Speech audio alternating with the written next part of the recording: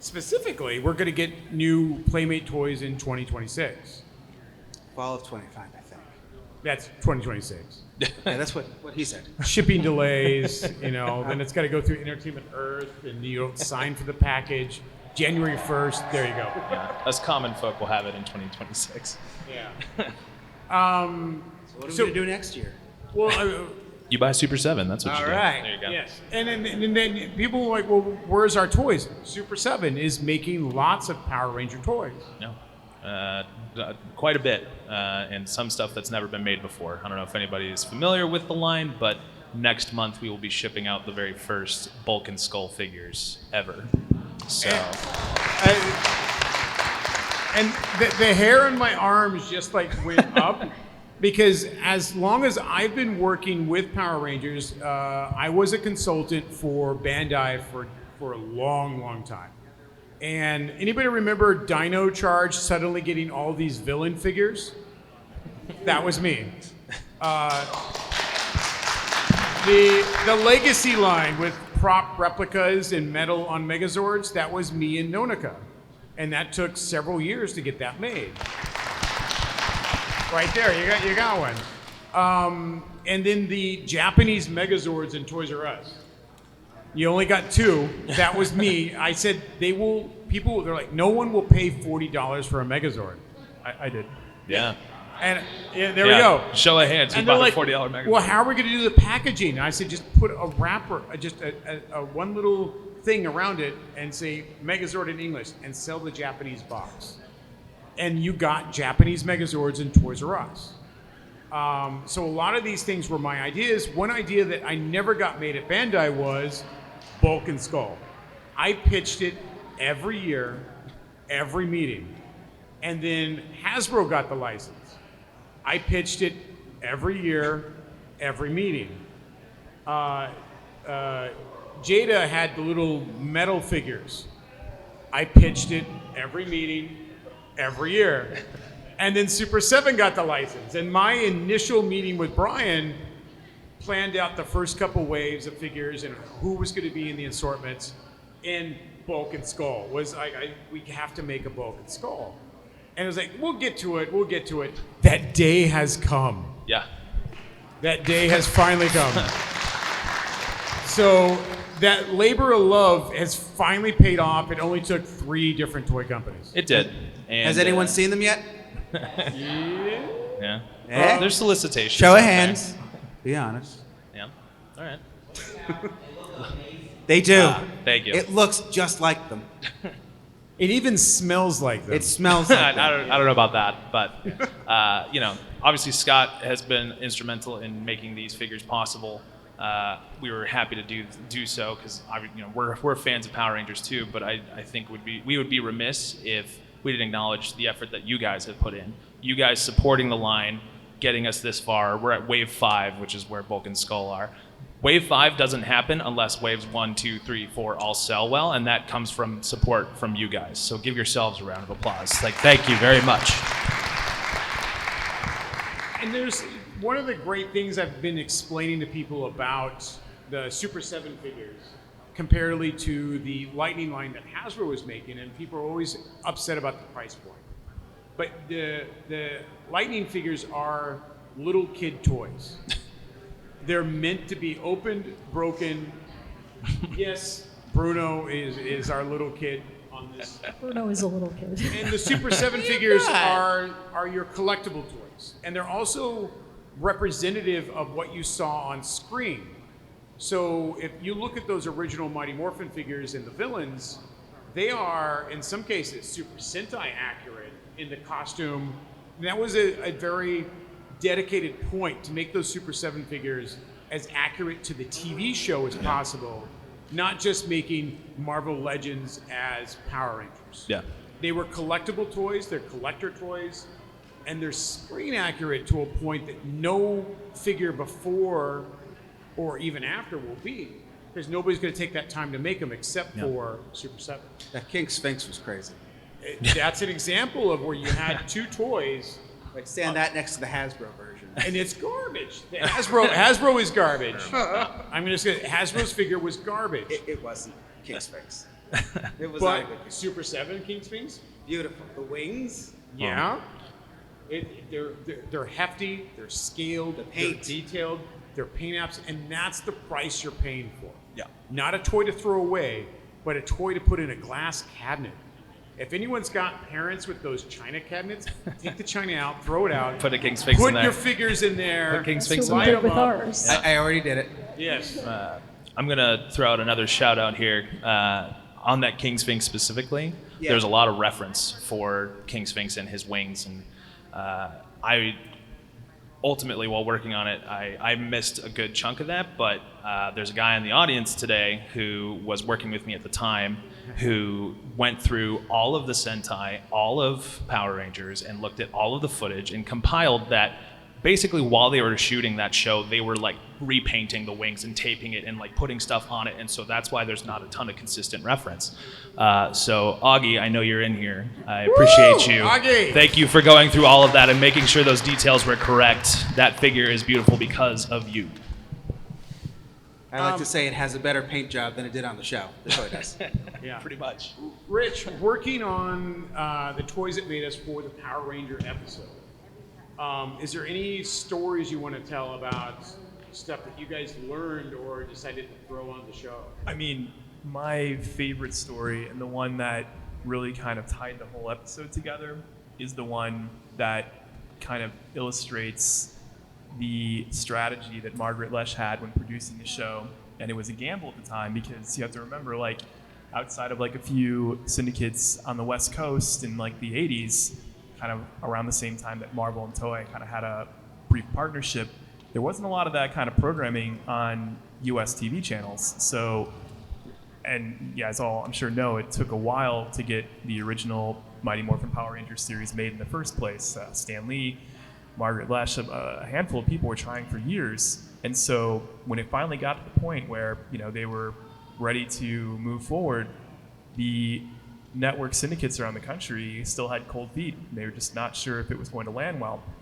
But Margaret was so convinced that the toys were going to do such a phenomenal job once the show aired that she brokered a deal, unprecedented at the time, where all of the syndicates around the country that decided to pick up Power Rangers would get a share of the toy revenue. This had never been done before. And her plan worked exactly as she imagined it. The toys exploded. All of these syndicates got a windfall of revenue.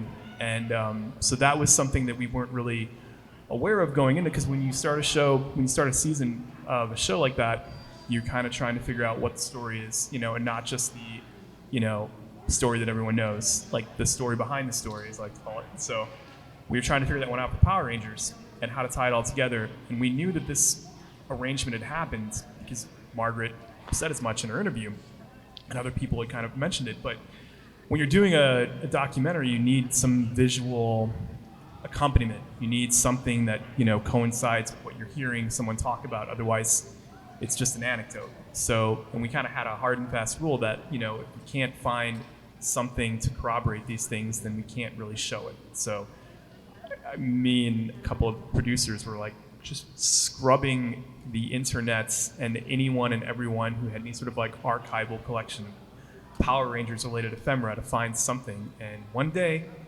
I found, it wasn't on YouTube, it wasn't on like Vimeo, it was on some guy's blog. He had uploaded a video of Margaret at this gala, this representative from all of these syndicates that had pledged to carry Power Rangers. And it was huge auditorium, and she was on stage, and she was basically just verbatim talking about how it all worked out and spelled it out for everyone on camera. And it was just like the skies parted, and you could hear angels singing, and it was, and then that was a pretty big deal. But I just, you know, that whole episode for me was pretty fun because, you know, we got to spend a little bit of time in the beginning talking about, you know, all of the, you know, Sentai stuff that led into Power Rangers. And I mean, for me, I grew up in the Midwest, so I didn't have Tokusatsu or Super Sentai stuff on WGN in Chicago. But what I did have was a lot of Godaiken figures that I got at Toys R Us when I was very little. So I had Bioman and Dynaman and Sun Vulcan and Goggle 5. So I was aware of those robots, and I had a lot of them, and being able to kind of later on figure out how it all ties together was pretty cool. Yeah, I mean, even I just kind of thought this is just how Japanese robots looked. They were just all color-based, team-based mecha and stuff that form giant robots, and there just must be lots of monsters out there to kill with giant robots. And that's what I liked about Super Sentai. I watched Super Sentai before Power Rangers. I could get TV in Sacramento from the Bay Area. San Francisco had Japanese TV. Really? Yeah. And so we would watch Ultraman and Super Sentai and Kamen Rider stuff and all types of weird Japanese programming. I just didn't care. There was a robot, there was a monster, they would fight. I'm a happy camper. It's a tried and true formula. You know, you watch Japanese Spider-Man and you know what's going to happen at the end, but it never gets, you never But get tired of Japanese seeing it, right? Spider-Man made the formula. Yeah. There was the Toku Super Sentai shows before Spider-Man were a bit more wonky. They didn't have a monster of the week. They were fighting evil organizations of snake guys or whatever. And Spider-Man was kind of like, we're just going to fight a different dude that becomes a giant monster. And when he becomes a giant monster, Spider-Man will jump into his spaceship because, you know, Spider-Man, as that unemployed news photographer, has money to make giant robots That live underground. and lives underground. And he also has an off-site garage Yeah. Yep. where his spider All that car And the stuff- car. Yeah, he was really hustling it to make this stuff happen. And then that spaceship would transform into a robot and a final boss battle. That is the start of what we know as Super Sentai, what became Power Rangers. Right. He had to do a few weapons first. Lil, what was the what's the boomerang? Arc turn. Yeah. And then there's sword vigor. And that was, again, Stan Lee's involvement watching those earlier Super Sentai programs and going, this is great, we got to do this. And they licensed out Spider-Man to Japan. And then Japan ended up influencing Saban to try to get Bioman. And then that became Jew Ranger later and became Power Rangers. And that's why you're all here now. Yep. Thanks, Dan. Yeah. Stan Lee is responsible for Power Rangers. Yeah.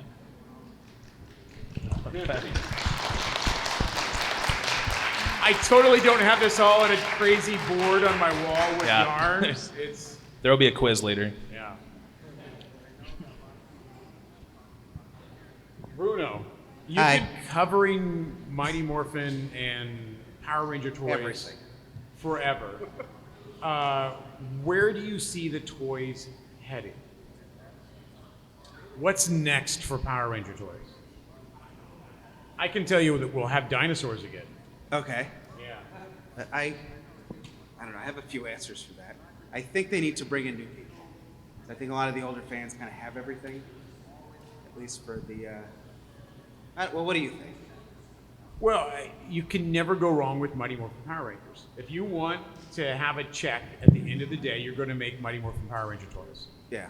You're not going to make Jungle Fury. As many Jungle Fury fans there are, is there any Jungle Fury fans in here? There, those are the guys. That's It's it. actually a lot of Jungle Fury. Yeah.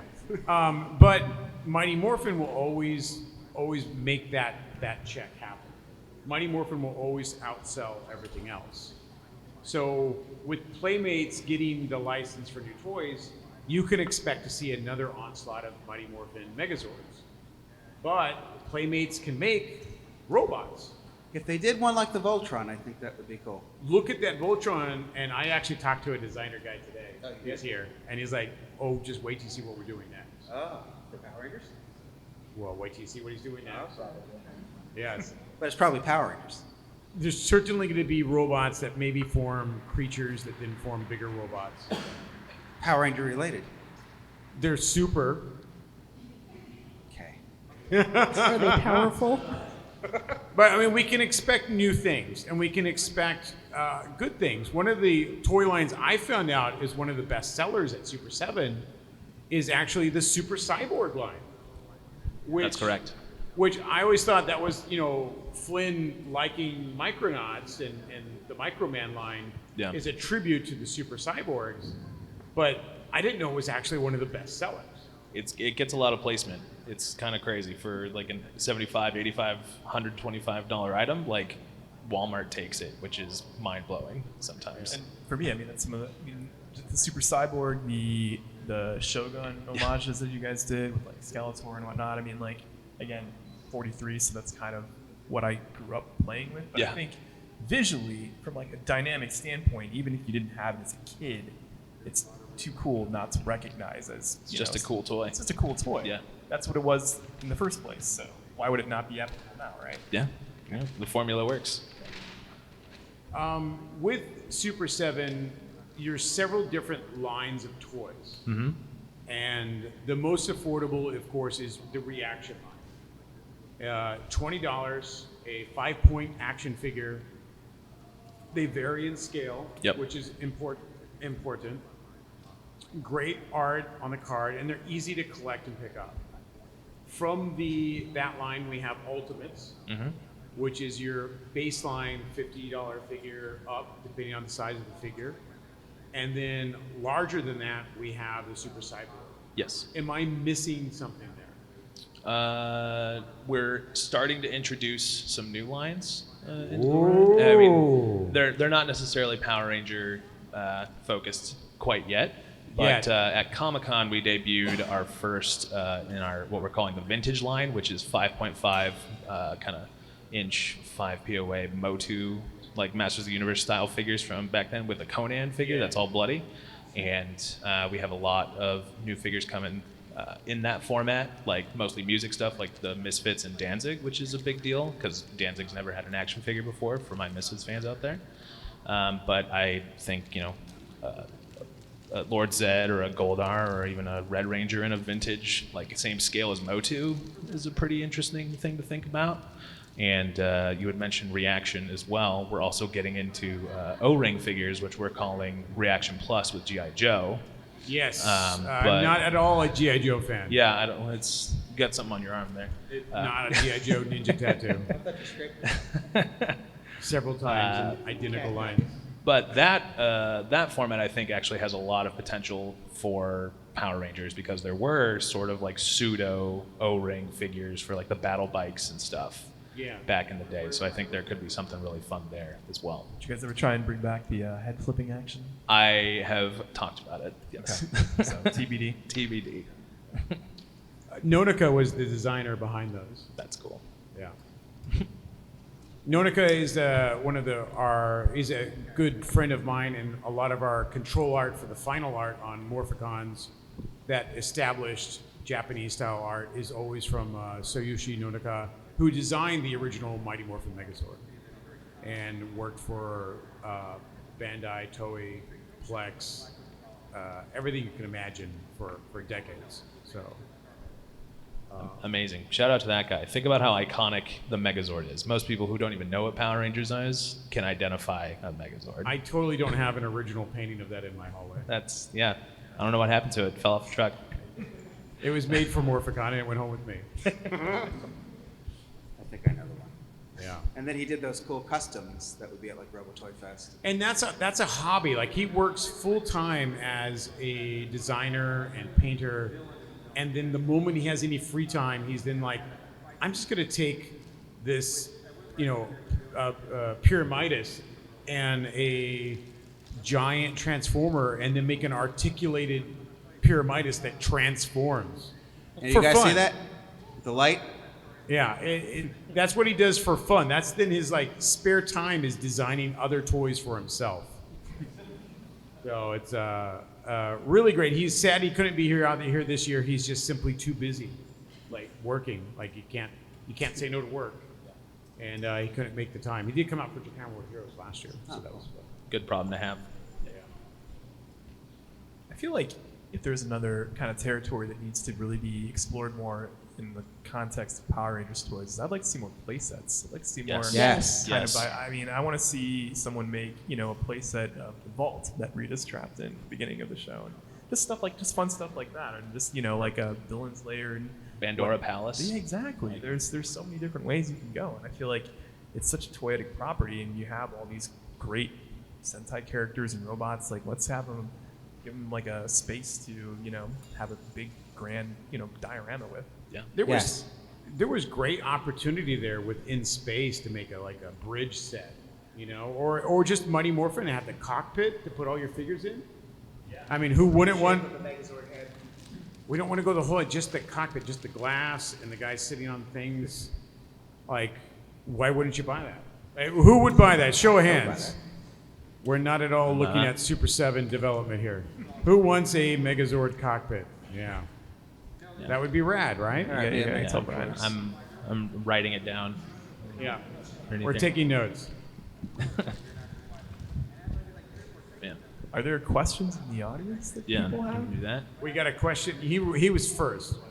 You got to yell. Should we line up? Oh yeah. We actually have a microphone over here for that. Wow. This is my first time in this room, this convention. So the fact it wasn't on fire when I walked in was very good for me. Why would it be on fire? No Everything pies is the on wall. fire. Okay.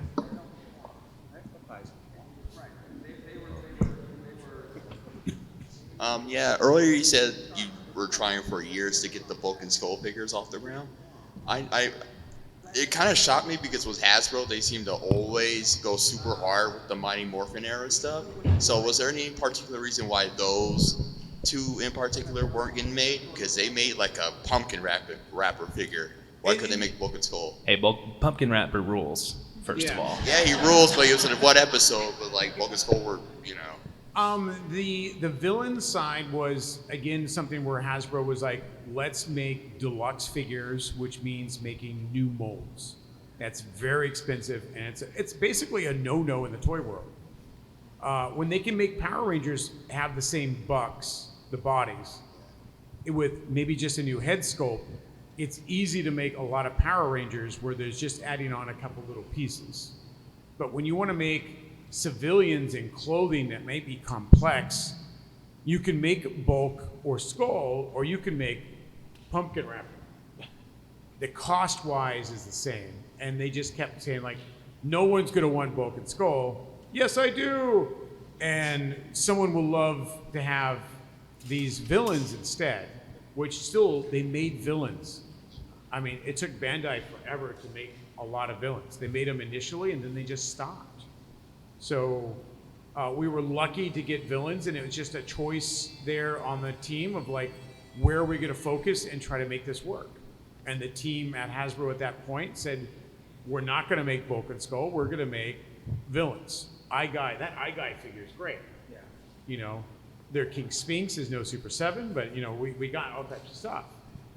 As a kid, I want Bulk and Skull, but the Rangers, you gotta have the Rangers, and the Rangers gotta fight somebody. Like, Bulk and Skull seem like, as much as I want a Bulk and Skull, like not what every kid would be. You weren't doing grabbing. comedic play while you were fighting villains? I don't think I represent everybody, but like the average kid looking for an action figure, Red Ranger, Pumpkin Wrapper, or Bulk.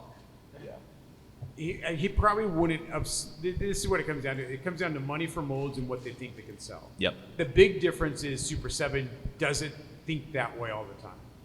They're like, what can we make is cool? And that's the big difference between Hasbro and Super 7. Super 7 wants to make cool stuff. Hasbro wants to make $1 million. Yes. They're not making toys because they were making money. They were making stacks of money, but the stack of money for G.I. Joe and Transformers was so much bigger. Yep. The moment they started to have some money problems post-COVID, they cut the lowest members on the totem pole. And that's Sally in accounting and Power Rangers, Dungeons and Dragons. I mean, they've had licenses that you would think would be a home run that have gotten neglected because it's almost like you have too much. Like, look at the Indiana Jones line. Like, that, barely lasted a year, and now it's over already. So If anything's not selling to outrageous numbers for shareholders, they cut it. And that's the problem when you get to be a big corporation. They're not making toys by the heart. Yep. And that's why I will keep going back to Super 7, not just because Kyle's here. But Super 7 thinks a little differently on that. They want to make the cool stuff. Yeah. What is the slogan of Super 7? No one made what we wanted, so we made it ourselves. There you go. And that is why we're getting Bulk and Skull. Richard, what Yeah. was something you guys wanted to do for the Toys That Made Us and the Power Ranger episode, but could not do it?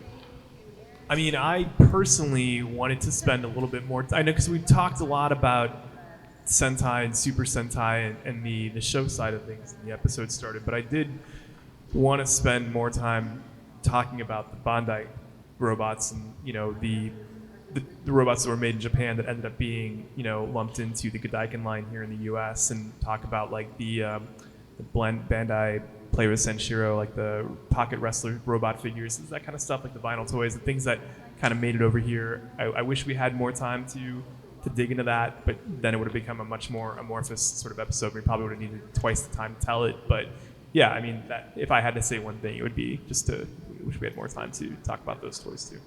Nice. Do we have another question?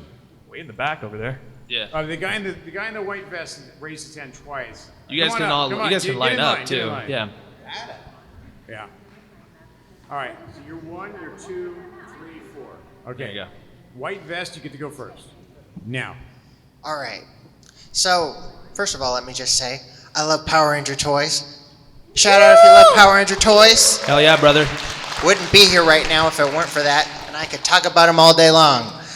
But I gotta ask one question because I would be remiss. We would be remiss since we have the unique opportunity. We have somebody with Super 7 sitting right here. We gotta ask the burning question. Where? Huh? We gotta ask it. Lay it on me. Or him. Mega Tiger Zord and Madam Woe. Yeah. What about him? You want to make him again? What's the deal? What's the deal? Well, unfortunately, there were not enough pre-orders or interest to make those. So, I mean, Scott was talking about you do need to make a little bit of money. There's a business ultimately, but new molds are very expensive, and the amount of orders that we received would not have like counteracted the cost to create them.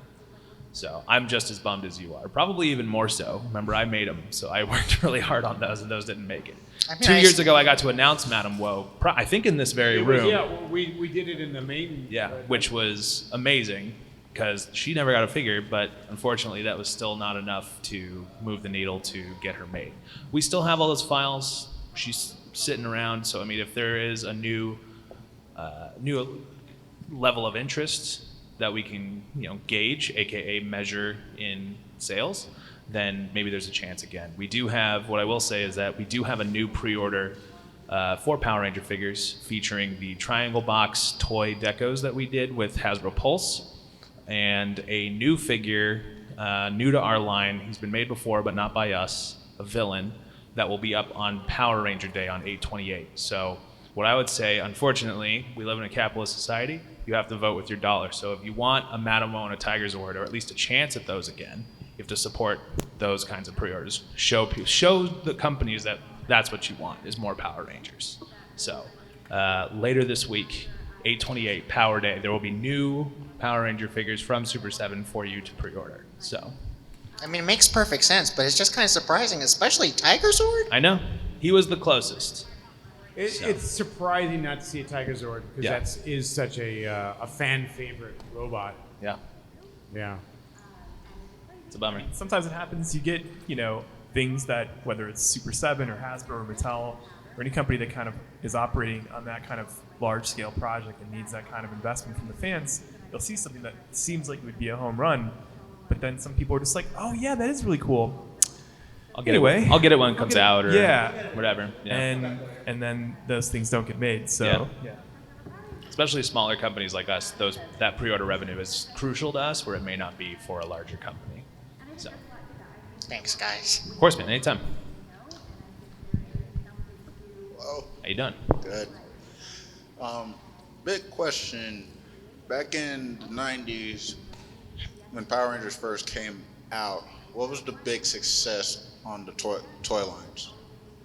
Well, that's going to be a Scott question for sure. The big success on the toy lines when it first came out, it wasn't even a matter of the toys. They could have just put. Couldn't keep them on the shelf. Yeah, nothing could be kept on the shelf because it was a phenomenon.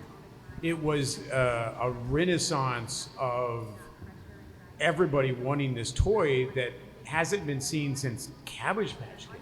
Yeah, I mean, they weren't even coming out of the cases. People were basically in the toy aisles waiting for them to come out of the warehouse, and people were just pulverizing all of those And pallets. bribing and like standing and sitting in their cars waiting and watching loading docks and stuff like that. Yeah. Everybody had to have that toy. Yeah. And there was 25 of them, and that was it. And there's 100 moms in the parking lot. Beating each other up. Yeah, absolutely. But those would have been the triangle boxed, about 8-inch The figures. 8-inch figures, Super yeah. articulated. But then the villains were almost like a Safubi figure. They were vinyl, had a few less points of articulation, but Yeah. same scale. But that was They're large. the original. And that wasn't chosen. It was just simply how Japanese had made different toys. Yeah. And Saban just grabbed everything. And It was, said, what do you have that we can repackage yes, and get on they the shelves? didn't care. They're like, look, we just need to put it in a box. Just give me whatever it has. And they're like, well, all we have are these Rita Repulsa hamburgers. Okay, put them in a box. They didn't care because whatever they put Mighty Morphin sticker on was going to sell. Yeah. And those early days, you see such wildly like varying scale and material robots, or whatever they were doing, because they just took anything they had, anything they could, and the Japanese were like, oh yeah, we got a warehouse of this stuff that didn't sell because that's last year's television. We're doing this year's television. Nobody wants old toys. It's garbage. Well, some fans still want old toys. Oh, I understand. But at the time, it didn't it was matter. not like and then that. the Japanese point of view, once it wasn't being on TV, it was garbage. Which worked great for Saban because he would just be like, I'll just buy everything you have left. What do you have on there? I'll just take it. Give me that. Give me that. Give me that. A ham sandwich. Give me that. Give me At that. that point, you're just updating packaging. Yeah. Yes, Pretty much. and that was the point. In some cases, they would ship them over here in the Japanese packaging, just rip open those Japanese boxes, put the American box on, and boom, Yep. that's it. It was done. Wow. Okay, so if Hasbro was still to stay in business, what would be like some future adaptations on Sentai? I've always said that they should just start dubbing. It's really hard to force Americans to read subtitles because we don't read. But subtitling stuff. I pitched Kamen Rider for a couple years. Like, just subtitle it. We're just going to dub it, or we're just going to dub it. Dub the Super Sentai, dub the Kamen Rider, and release them on TV, or release them on DVD. I'd watch that. Yeah, just dub it. Yeah. I watch it. There's actually, in case any of you aren't aware, there's a channel on Pluto TV for Tokusatsu, and they've got some great stuff on there. It's I already on subscribe to it, even though I don't always watch it. Like, Yeah. I forget that I have a subscription, but I just subscribe so they would just keep putting new So stuff. good. There's some really cool deep cut stuff on there too. So That ties to voting with your wallet again. You want that, so you keep I want doing that. it, right? I'm willing Yeah. to give them money just for something that I may not even watch. Yeah. But so that they will provide it. Yep. That's why Paramount. I subscribe to Paramount, so I get Star Trek every so often. There you go. Yeah. I only watch Star Thank you, Trek, Mike. 6 weeks out of the year, but I will buy a year full of subscription. There you go. All right, buddy, you're up. Hello, my name's Alonzo. I'm from DC. up, man? My question's for Bruno, Mia, and anyone else that wants to answer. Uh-oh. What's your favorite Power Ranger toy? Oh, God. Have you seen how many toys I have? Not the frog guy. Not too many. Yeah. And now pick your favorite, and the rest have to burn. Can only save one for the building. I can't do that. How can you have just one? You I can only have I one. couldn't narrow it down by season. Yeah, no. All right, no, in Wild one. Force. No, it's one and only one toy. Oh, it Not can't- season. It can't even be a full Megazord. It can be a full Megazord. Yeah. Who? Q-Rex? Yeah? What's my favorite toy? You're just gonna I say. do love that one. You're just gonna say Isis Megazord. I do love that one. That's nice. It is It nice. is very pretty. All right, I'm fine. gonna go Go s- with that. If I have to pick one, I don't care. It always comes back to I Isis do. Megazord. Thunder Megazord. She's really pretty too. The dragon. I like the red dragon. Oh, dragon. Yeah. Uh-huh. All right. Next question. Oh, wait. Oh, just one question? Okay. I'm just gonna go really sappy and emotional, and it's the Pink Ranger head swapping figure that I found for my sister about a week before Christmas, circa 1995 probably. It was at the last one. I went to like a dozen stores, but it totally made her Christmas, and I felt like the best brother in the world. So that figure. Nice. Thank you. Cool. Kyle, you're not allowed to pick your own figures. I know. I was going to say, I'm stoked to follow that up. Thank you very much. I think if I have to rule out my own figures, I would probably say I don't have mine anymore. I was talking to Scott about this earlier, but as a child, I had the White Falcon Zord, and that was my favorite thing. I don't know where mine is now, but there's a couple of them here that I'm eyeballing. I might be walking away with those. The at the end of Japanese the had day. electronics and the wings lit up. Yeah, it was weird. I couldn't watch Power Rangers as a kid. My parents wouldn't allow it, but I could go to my friend's house or my cousin's house and watch it. Way too violent. Oh yeah. Or the other thing was I had a copy of the VHS of this movie called The Page Master, if anybody remembers this thing, and that had the Power Rangers movie trailer in it, and I just watched that over and over and over and over and just wore that tape down. So, yeah. I mean, for me, I really enjoyed the first Zeo Megazord. It's a great design. Where you could change out the heads and have different powers on the heads and the chrome on it. It was a really elegant design. And out of the Megazords, I mean, everyone wants to say Mighty Morphin Megazord, which is iconic. But he just doesn't have enough chrome. And when you go to Zeo, there's a lot of chrome on that guy. Bling bling. Yeah, and that's probably what got me. I just like the look of it better. Yeah. Yeah. Great Chrome question, looks man. fancy. Yeah. Thank you. Thank you. Hey, Hi, buddy. all. Howdy. My question is, do we think with the Playmates line that's coming out later this year, or 2026, do we see them maybe taking a idea from the Japanese and Super Sentai on the Memorial Edition stuff? If anybody's smart, like in my pitches, I have you do the regular version, you do this, then you do the gift set, and then you do the black and gold gift set, and that's in my pitch every time. This is the Super Sentai Bandai Bible, and I have the Bandai Bibles, which they release every couple years, and it has every toy in it. And they've done all of the planning, design work, everything for you. All you got to do is follow their instructions, and you can make toys great. Yeah. Make toys great again. There you go. Playmates has a lot of good stuff though. Like I could see them doing a good line for Power Rangers. As an exclusive, as a a retailer exclusive or a convention exclusive, that's when you do the repaint with the black and gold or the all silver. Remember when Bandai was giving us 24 karat gold Megazords for a while? Mm-hmm. That stuff was great, and now you'll never get it again. It just won't happen. All right, thank you. Thank you, man. So a Super 7 question. So Yes, sir. yes, are you guys going to be moving forward to doing Power Rangers here in the future, or you haven't planned that yet? I would like to. It is not planned right now. I think we're still limited to Mighty Morphin and the comic books that are associated with the license that we have now. But, like Scott was saying, with Hasbro slowing down on some of that stuff, I think that there are new opportunities for us to explore Zeo. I'd love to do Zeo. I would love a King Mondo. Yeah.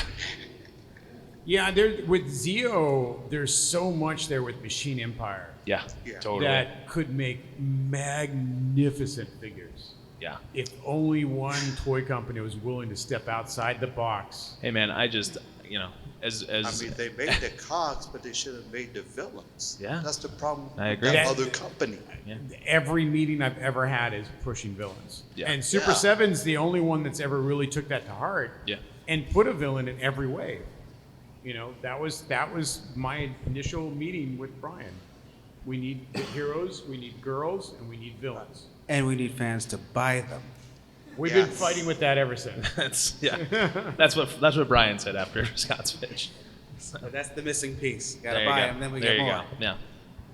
Thank you, guys. Thank you. Hi, I was 3 questions. are you gonna finish off the power axe, the power bow, and second question, are you gonna make the rest of the Zeo weapons? Going back to the power axe. Are you talking about Hasbro? Yeah, the Hasbro. Yeah, Hasbro's not going to make Jack. No. Hasbro's done. Yeah. They teased you saying they were going to make them all, but they decided, nah, making 40 million isn't enough money to make toys. Yeah. And that's an estimation. I mean, say that's not actual paperwork. I don't have their paperwork. Yeah. They made money on Power Rangers. They didn't make as much money as they wanted. Yeah. So they're going to license it out to Playmates where their cost is really low. They just need one guy in an office to rubber stamp stuff. And then they get this profit while Playmates has to do all the R&D, has to do all the work, has to do the toy fairs, has to punch out those toys, has to do the advertisement. And Hasbro just sits back there counting coins and laughing. Why don't we do that? Yeah. That's what licensing is. And Hasbro, like I said, in the end, they're a mega corporation that only cares about numbers. Their numbers say, license it out, collect the check, and go to bed happy. I could see an eventuality when they basically just become a licensing company where they have every property. And then it goes. That's definitely what they're working towards. Yeah, I think. sure. And that's corporate math on everything. Yeah. Like, let's buy up all the houses. Let's buy up all the grocery stores. Let's buy up all the, whatever it is, so that you can only pay one price and they just license it out to somebody else. Okay. Unfortunately, that's just a trend of corporate thinking. Yeah. Unfortunately, there are no representatives of Hasbro at this panel. Otherwise, I'd love to answer your question. I try to get Hasbro people out here, and they just be like, "You can do it. We can't be seen." Okay. Yeah. Thank you so much. Yeah. There might be secret Hasbro people walking around taking I notes. could be Dr. Hasbro. We know who you are. Like Is that a guy? scrolls. Yeah. Dr. Hasbro? How you doing, man? Good, good. Well, first, thank you for both of you. I'm broke. Thank you for that. I think my question would be, if you guys, any of you, could have like any budget of anything, doesn't matter if it'll sell or not, what Power Ranger thing or toy or role play that you would make? I got an answer on that. Unlimited budget, unlimited Any time, yeah, all that yeah, stuff. Hasbro says do whatever you want. Cool. Go right ahead. I would make a 3.5 foot tall Serpentera. Okay. Show accurate, not Wild Yeah, Force, right? yeah, Okay. just huge. Yeah, exactly. That and I don't know, maybe a Zap scale Cyclopsis. Be good. I would want an auto-morphing Megazord, kind of similar to that Grimlock. Oh yeah, Kinda, RoboSyn makes the automorphing. Yeah. yeah. A Is that a RoboSyn thing that already Megazord would be exists? sick. I mean, RoboSyn makes the automorphing Yeah. Megatron. Prime. I'd want a Megazord that does that. That would be great. Yeah. Yeah. You have to And buy then 5 They have a license with Hasbro. You never know. Yeah, that would be so cool. For me, Nonica made a 3 foot tall Megazord, a jumbo Megazord, and we showed it off at Comic-Con one year. Just the gray prototype, and it would form kind of a kind of half battle mode. He could like fold his legs down. I know. Yeah, and we showed that off, and we're like, Bandai was going to make it. But Jax was making all these jumbo figures so cheap. I don't know how they did it. I worked for Jax for years as a painter on this stuff. And they could make a 3 foot figure and sell it for like $20 at the time. And Bandai went and did the math, and like they couldn't make this 3 foot figure under $100. And they just decided Jax is just making too cheap of giant Power Ranger figures to compete at Toys R Us. Toys R Us was the thing.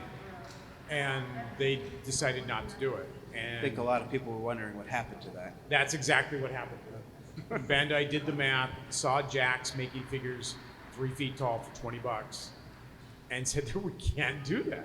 There's no way. This is insane. What kind of labor is are they gnomes? Who's making I it? was gonna say. And so it didn't get made. And to this day, I know lots of toys that didn't get made, and that's the one that hits me the most because I really wanted giant Megazords. Yeah. Still wanted that 5-inch Rita. Did it have 5 Same. inch Rita? Yeah. Yeah. Awesome. Great question, man. Nice. So I have more of a comment and then a question. Is My it a name- backhanded comment? No. Compliment. It's a front slap comment. Front slap. No. The band. My name is Miracle. I actually do like some like product design for like Paramount and stuff. So Great. like I escaped work to come here and Sure. I got Thank work you. again and I was like, ooh, We won't report you. I feel that. I feel like having to deal with like that corporate level of being like, this would definitely sell, and then they're like, and we're not gonna make enough money. Yeah. So like that always sucks. So like Yeah. it's kind of nice to hear somebody that can like empathize with it in like a really bad way, you know? Misery loves company, right? Yeah. Slightly. But the bigger question was, I work in more of a POD space, so like more like shirt merge, pants, like that type of aspect. What would you like advise for someone who wants to get more into like the toy space? Like where would you go? What would you do? Let's see. I mean, I have a strange like path that got me there, where I just right place, right time. But I think a lot of it just kind of comes from just doing it and practicing it. Like there's a bunch of great resources on YouTube on like people who do toy reviews can like also explain articulation systems to you, or people who teach you how to paint like Warhammer figures are teaching you how to like paint figures for like prototypes and that kind of stuff. So I mean, my probably only piece of advice is really just to start doing it. Like start thinking about the toys that you want to see and just start working on them, and then reach out to the people who you know are in that space who do this kind of stuff for help. Because I mean, most of us, it's a pretty small, tight-knit community, and everyone's really nice, and Most everybody of knows us each other. that work in toys know each other Yeah. or know of each other. It's a through very someone tight-knit else. community. Exactly. But Yeah. to his point, I mean, I don't think there's ever been a more accessible time to get into this. I Yes. mean, you can pick up a program like ZBrush and kind of just,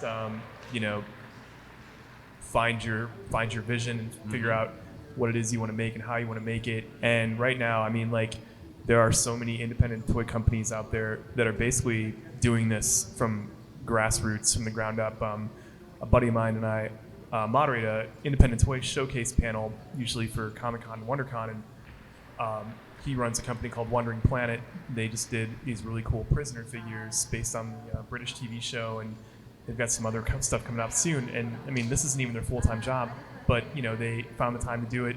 Yep. My buddy Bill Murphy does Fresh Monkey Fiction. These are all like guys who are basically just doing this out of their homes, but it is something that you can do. And because there's so much accessibility with Kickstarter now and social media, you can get your stuff out there easily. And like Scott said, it's a small community. People are willing to help. My buddy like Dave Bonner, he's been working in the toy industry for 20 years, and he's constantly trying to find ways to pull people up and, show a spotlight on their work. So, reach out to these people. They're very accessible. They're friendly. They want everyone to succeed, at this level. So there's a good kind of community element to This it. is definitely the time Yes. where anybody can make a toy. Yeah. It used to be very, very, you had to really know people that could make something. But like during COVID, I learned ZBrush and I learned Premiere. I learned how to make videos and how to make toys. And I've produced now 5 of my own toys under the Toy Wizard banner. I've made 5 toys from working in the toy industry for years, and then I have toys that have my name on the back of it that I design. Instead of not just me being a painter making those toys, I can make you that toy. You know, if you got the right money, I can make you into a toy. Easy. it's done and done. I've got the factory in Vietnam. We have the people ready to do it, and with printers, you can prototype. You can do your own prototype. And a lot of people just stay at that level of just 3D printing stuff, but you want to go that next step into injection molding. Then you get that company, and with Vietnam being so accessible now, it doesn't cost you the kind of money it used to be. It used to be a $20,000 mold barrier. Yeah. Are you willing to drop $20,000 for a metal mold that will stay in China? You will never see it, and whatever toys you make, they're going to sell them outside the back door. Yes. That was the pitch. You needed that 50 grand right off the bat, and now these days you can get a production of figures like Wandering Planet. I think I quoted them something, and they found somebody quoting them just a little bit better. But you can get figures made for a couple grand, and you have a figure ready to go. Now it's a 5-point figure. It may not be as nice as the reaction figures or Kenner figures, but that's doable, which even 6 years ago was unheard of. Yeah, totally. But prototyping has just increased so much. You can pick up ZBrush and make the prototypes. And then we just literally send that to a factory. Yeah. And they'll pop them out. And it's that easy now to make your own toys. Yeah. Ultimately, like I said, just talk to the people in the industry. I think you can talk to the 5 of us anytime you want. I mean, we'll be here all weekend. Come by the booth and come talk to us. Rich is only here today. Yeah. I'm only here All right, today. not But Rich. find me, not Rich. So the 4 of us, Instagram. ignore him. That's fine. We're all on social media. Yeah, exactly. Yeah. Thank you. Great question. Thank you. First of all, hi guys. It's nice Howdy. to see you guys. But kind of a continuation of the other question, like if you guys had the money and Hasbro gave you the okay to make anything, well, what about Bruno and Mia?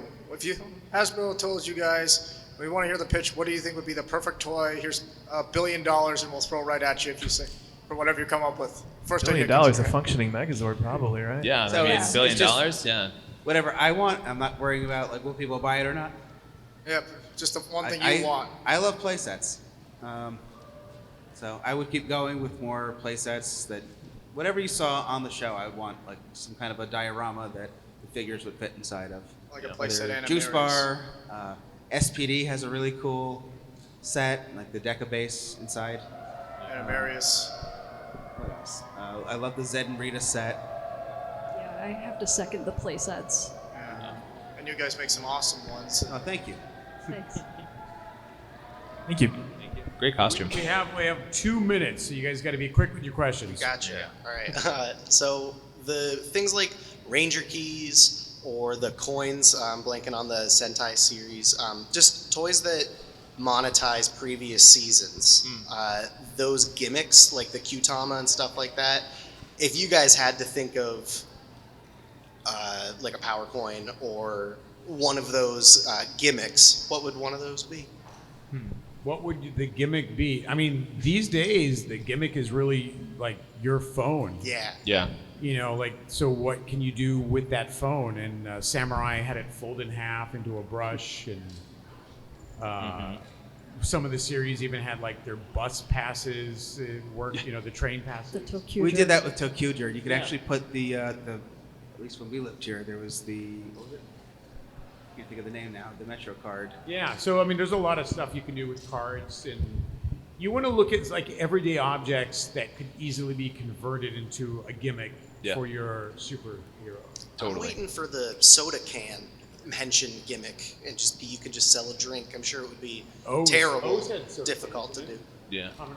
Yeah, those little ones. Yeah. Oh, I think I That could know the work. ones. Yeah. Well, thanks, guys. Good question, man. All right, 1 minute. You're the last minute. I'm You're the last here. one. This is getting a bit nerve-wracking. Talk fast. No pressure. I'll be quick. Hi, I'm Ian. This is my first time on Morphicon. Thank you for coming. And Welcome, I bud. wanted to ask you a question because you were the one that said that you were the one responsible for bringing the Japanese Megazords into Toys R Us and stuff like that. I wanted to ask, what was the reason why they stopped importing them? It didn't make enough money. Oh, okay. Yeah, they took a gamble on me. They sold 2 of them, but the second one was Gosei, Yeah. and that one didn't sell as well. I could probably speak to that. Yeah, the Gokaiger did well. They didn't do Yeah. Gokaiger. Was Shinkanger and Gosei. Oh, so we did Samurai and then Goseiger. Gokaiger was next, Yeah. and we didn't get it because Goseiger didn't do well. So it's all about numbers. Yeah. And even then, it's like they were only importing and putting a piece of cardboard around it. It wasn't a lot of cost, but the toy was $40. 70. 70? Well, like I remember my 100, yeah. meeting. They like people would pay. That would 100. have been incredible. The American ones were 34 or something. That's what I'm thinking. So like, I tell them that Americans will pay 100. They're like, nobody will pay 100 for a Megazord, and I'm like, I sell them every day for $100. You know, the Japanese ones, and so it just Toys R Us does the orders. In the end, they looked at the numbers and went like, oh, we didn't have enough money. You know, it didn't sell well enough for us to do Gokaiger. Gokaiger would have sold so much better And it would have really, I think at that point, if we had gotten Gokaiga, if they did a third year of those Japanese, they would have kept doing it. Absolutely. We just didn't get a we didn't get a second season. Yeah. And I also want to say indirectly thank you because like what you said earlier, you're responsible for the gamble of like getting the Japanese toys in there. That was the thing that made me get into Super Sentai toys, which I really thank you about. There we go. It And worked. also It paid thank off. you, Bruno, It paid for off. also Yeah. getting me into, helping me get into Super Sentai toys. I think you Anyway, need that. I think I do need that. Have a nice day, guys. Thank you so much. All right. Have a good one, Thank man. you, Thank you. everybody, for Thank you. coming out to the Thank you. panel. I always think we'll have like one person in here and it's Augie, and there's actually more. Yeah. Let's Thank just you do for our coming here. social media stuff really quick. Sure. I'm Scott Zillner. You can find me at Scott Zillner at all those type of funny things. Toy Wizards, toy-wizards.com. And of course, thank you for coming to my convention, Power Morphicon. Bruno and Mia. Bruno and Mia, MMPR Toys, YouTube, Instagram. You have a YouTube? We're on YouTube. You should watch my videos. Facebook. I'm on Facebook. I like toys. Rich. Rich Myrick, you can find me on Instagram at Dean_cameraon and check out The Secret Compartment on YouTube. And yeah, thank you for coming to the panel. And I'm Kyle Wadaga, and you can find me on super7.com or at super7 on Instagram. And my personal work is on Wadaga Dude on Instagram. Good luck spelling that. It's my Polish last name, but you might as well go to Super7. That'll have everything that you're looking for. So thanks, everyone. And thank you guys. That ends this panel. Thank you so much for coming all the way out here and enjoy the show. Thanks, everybody.